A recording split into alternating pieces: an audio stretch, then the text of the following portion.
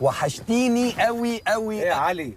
ايه وحشتيني قوي قوي قوي؟ انت تعرفها؟ ده انت اول مره تشوفها. لا يا راجل، دي بوسي اللي حكيت لك عليها. حلوه بوسي، بس ما ينفعش تيجي معانا الاجتماع. يعني امشيها؟ لا نلغيه. بوسي املي الكاسات واسقينا. يا دي النيله، ادي شاب يزن اهو. اطلع يا معتمد. ايوه يا شاب، الغي الاجتماع، عندي اجتماع اهم.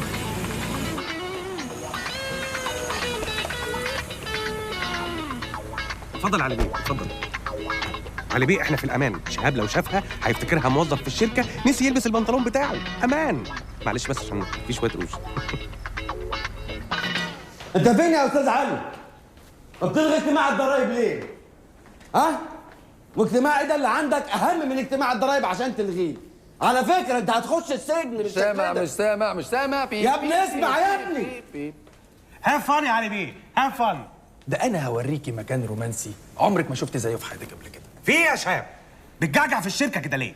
الضرايب مديانا مهله شهر، يا الدفع يا الحبس، وكله من تحت راسك انت. اهدى يا شهاب وما تنساش نفسك. ساش نفسي؟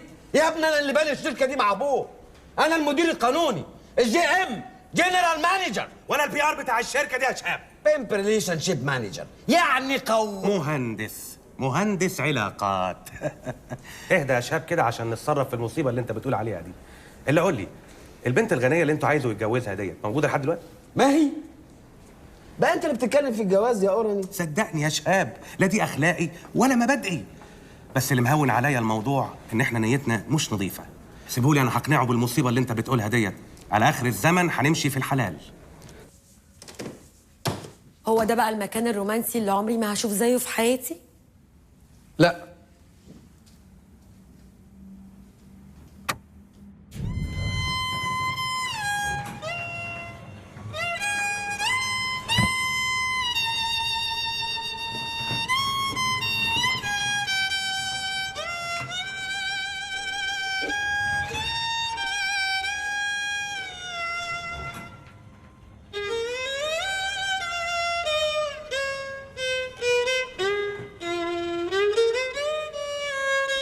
هو ده بقى المكان الرومانسي اللي عمرك ما هتشوفي زيه في حياتك.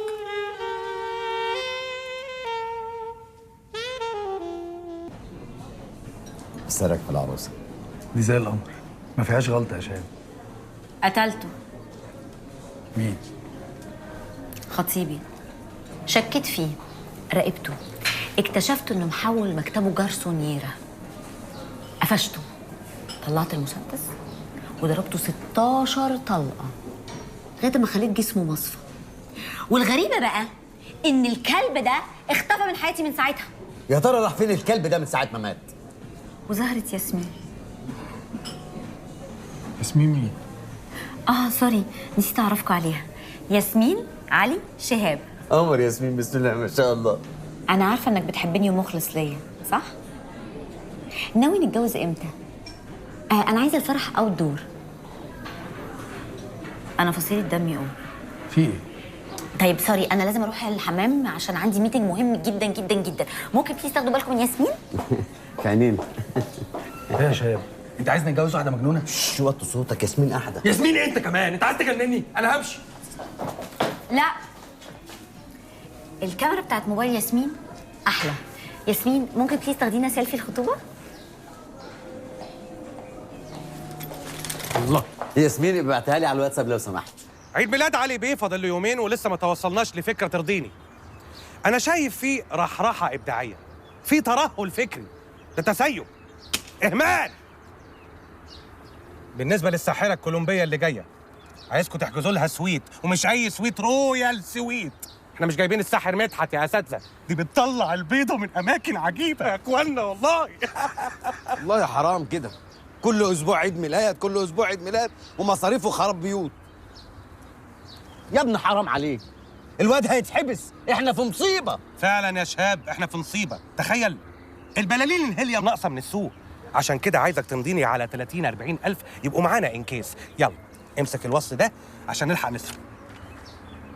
طبعا انا طول اخش السجن على ايدين مره كولومبيه سافله بتطلع مش عارف ايه منين. علي بالمناسبه صحيح، البنات اللي جايين الحفله انا رايي نوحد ازاي. مالطه. لا مالطه ايه يا بلبل؟ ما يصحش كده. الله يبارك لك. لبسهم بيبيونات على الاقل عشان البرد. الله على طيبه قلبك ورقتك. انت ايه يا اخي؟ جنب قلب ام. اكتب يا ولد. اهم حاجه بقى البنات اللي يجوا يبقوا صعبين، مش عايز بنات سهله زي كل مره. فين التحدي في الموضوع يا اخي؟ يعني انا مثلا عايز واحده محترمه مخطوبه وبتحب خطيبها متجوزه. ويبقى في ريسك يتخرب بيتها. وانت كمان يا شهاب على فكره لازم تيجي اليوم ده.